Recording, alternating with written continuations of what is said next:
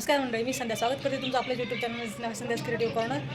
आणि आजच्या ब्लॉगमध्ये सुद्धा आजचा ब्लॉग असणार आहे रेसिपी स्पेशल. आज लुसलुशीत आणि एकदम काय म्हणतात ज्युसी टाईप आपण जामून करणार आहोत. पाहू आपण पुढे पाहू. आपण आता खवा आणलेला आहे पहा. आपल्याला जामून करायचे एकदम मऊ आणि लुसलुशीत, जे पाकात विरघळणार नाहीत आणि घट्ट पण होणार नाहीत असे. खवा आहे ना मोजून घ्यायचं. ह्याचे 4 वाट्या झाल्याच्या नंतर आपल्याला 1 वाटी गव्हाचं पीठ किंवा मैदा घ्यायचं आहे. आता त्याच्यासाठी हे मोजून घेत आहे मी. कसं असते, थोडं कमी जास्त झाल्याच्या नंतर सुद्धा बिघडायची शक्यता असते आपल्याला हे जामूनसाठी. मी मोजून घेते. 4 सपाट पाव, 4 पाव हे झाले होते. 4 ह्याच्याने माप खवा झाला होता. आणि हे सपाट असं मैदा घ्यायचा आहे. मैदा वाटेल तर मैदा घ्यायचा आणि गव्हाचं पीठ वाटेल तर गव्हाचं पीठ घ्यायचं, कोणते घेतलं तरी चालेल. थोडं थोडं टाकून आपल्याला चुरून घ्यायचं आहे याच्यात.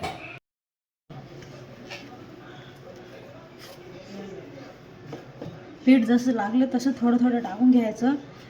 कारण कोणतं खवा म्हणजे जास्त पाण्याचं असतं किंवा कोणत्या खवामध्ये जास्त पाणी असतं किंवा नसतं, म्हणजे काही सांगता येत नाही. त्यासाठी आपण मोजून घेतल्याच्या नंतर सुद्धा थोडं थोडं टाकून चुरून घ्यायचं. जेव्हा बाइंडिंग एकदम छान येईल तेव्हा समजून जायचं की आपलं पीठ आता व्यवस्थित मळलेलं आहे.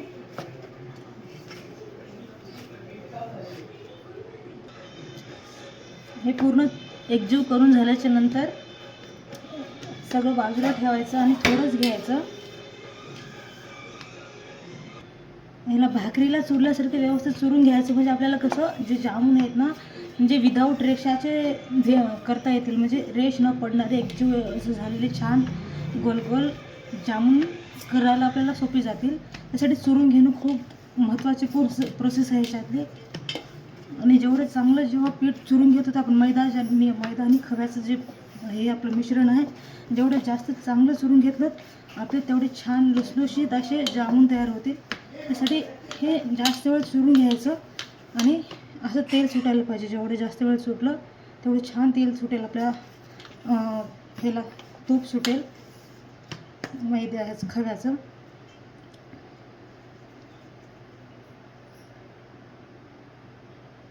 अजूनसुद्धा थोडं कुठं कुठं रेष दिसतच आहेत. आपण छान अजून मळून घेऊया थोडं. अशा प्रकारे सगळं पूर्ण खवा मळून घेणार आहोत. अर्धा तास सुरून झाल्याच्या नंतर आपलं पीठ असं छान मळून तयार झालेलं आहे पहा. आता आपल्याला ह्याला गोळे घालून पाडून घ्यायचे. आणि इकडं आहे ना साखर, जवळपास 1.5 किलो साखर आपल्याला, हे 1 किलो आहे आणि थोडं मैदा मिसळलेला आहे. त्याच्यानंतर हे थोडं 1.5 किलोच्या वर थोडं साखर आहे. हे साखर आपल्याला पाक करायला ठेवायचे. 1.5 किलोच्या साखरेला आपल्याला 2 किलो म्हणजे दोनच्या पटीनं पाणी टाकायचं आहे. पाक झालेला आहे आपला जवळपास. आणि पाक चेक करताना लगेच नाही करायचं, म्हणजे आपल्याला त्याला कन्सिस्टन्सी कळत नाही आपली त्याची. त्यासाठी थोडं त्याला थंड होऊ द्यायचं, 20 सेकंद, मग चेक करायचं.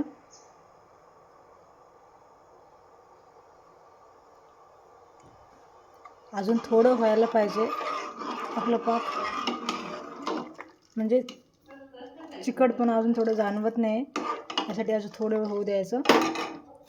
आणि आपल्या इकडे जामून रेडी झालेत पहा. एक समान मस्त रेष न पडता, म्हणजे ह्याच्यावर जर रेष पडले असतील तर ते तळताना चिरी पडतात. त्यासाठी व्यवस्थित असे छान असे करून घ्यायचे. आता आपण ह्याला तळायला घेऊया. त्यांना आपल्याला गुलाबजाम तळायसाठी हे घ्यायचं आहे कढई. आणि आपल्याला अशी कढई नाही घ्यायची, कारण ह्याच्यात किती तेल टाकलं नाही बुडालाच बसतं. आपल्याला अशा प्रकारची कढई घ्यायची, जे तेल टाकल्याच्या नंतर वरी येतं आपल्याला. आणि ह्याच्यामध्ये तळलं ना तर बुडाला बसतात आणि आपले जे गुलाबजाम आहे ते चपटे होतात, ते पाज्यात तेल कमी असल्यामुळं. अशा प्रकारचीच कढई वापरायची. त्यामुळं कमी तेलातही ते तेल असं वरीपर्यंत आले जाते आणि आपले ते जामून वरी तळले जातात. त्यासाठी ही कढई घेणार आहे मी आपल्याला तळायला. भरपूर सारं असं तेल टाकून घ्यायचं. हे का गोड वगैरे होत नाही, आपल्याला नंतर यूज करता येईल तेल. त्यासाठी अगोदर भरपूर तेल टाकून घ्यायचं, म्हणजे छान तळलं जाईल आपले जामून.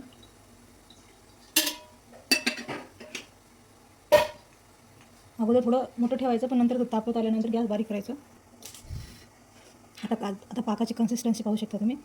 थोडंफार तार धरत आहे. आणि जास्त कडक केल्याच्यानंतरही पाकमध्ये शिरत नाही. सगळ्यालाही परफेक्ट झालेला आहे आपला पाक. गॅस बंद करून टाकायचं. आता आपण तळायला घेऊया. जामून तळायला घेऊ आपण.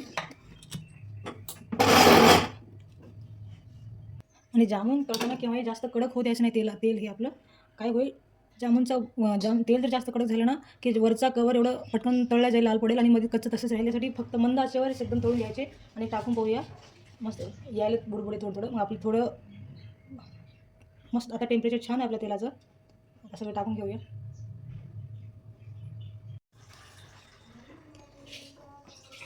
आता तेल छान मस्त तापलेलं आहे आणि जास्त पण कडक होऊ द्यायचं नाही. असं मंद गॅसाच्यावरच टाकून घ्यायचं, कारण आतले कच्चे राहतात आणि वरून करपून जाते. त्यासाठी खूप मंद आचेवर आपल्याला हे तळायचे.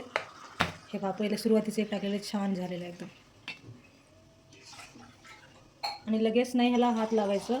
थोडं तळल्याच्या नंतर हे करायचं नाही तर आपले जामून फुटण्याची शक्यता असते. आणि एकदा जास्त बॅच नाही तळवायची, थोडंच घ्यायचे.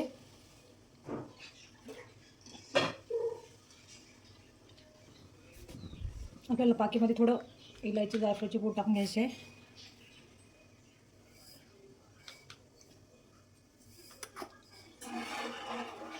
हे तळल्याच्या नंतर डायरेक्ट लगेच त्याच्यातच टाकून देऊ. एकदम परफेक्ट चिरत नाहीत, काहीच नाहीत. एकदम मस्त परफेक्ट झालेत आपले जामून. आता आपल्याला डायरेक्ट पाकात सोडायचे आहेत.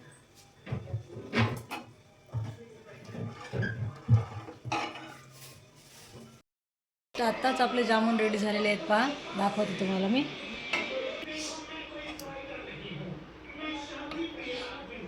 एकदम मस्त आहे. तोडून सुद्धा दाखवेन मी.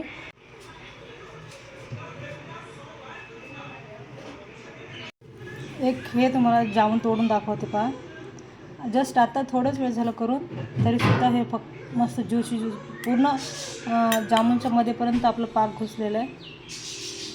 एकदम छान झालेलं आहे, रसेली. आता जामून करायचं कारण हे की आता धोंड महिना संपत आले, म्हणजे अधिक मास संपत आलेला आहे. आणि आतापर्यंत आमचे नणंदबाई अजून आलेले नाहीत. त्यांना धोंडे आता ते आलं तर येतील, नाही गेलं तर नेऊन द्यावं लागेल. त्यांना दिलंच झालं नाही, काही कारण असतं त्यांना येणं झालं नाही. आणि ते येतो म्हणत बसण्यामध्ये आम्हाला पण नेऊन देणं झालं नाही. आणि त्याच्यासाठी म्हणजे धोंडे म्हणून हे जामून केलेलं आहे. आणि असंही चालूच असते, मुलांना आवडतात सगळ्यात जास्त स्वीट आवडणाऱ्या घरात मला तर पेढे आणि जामून, त्यासाठी वरवर चालूच असतं. बडशीची जोडी कशी बसलेली आहे मस्तपैकी.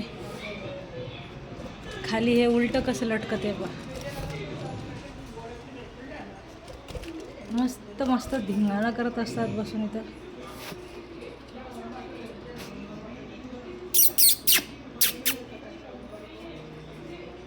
काय चालू आहे तुझं? हां,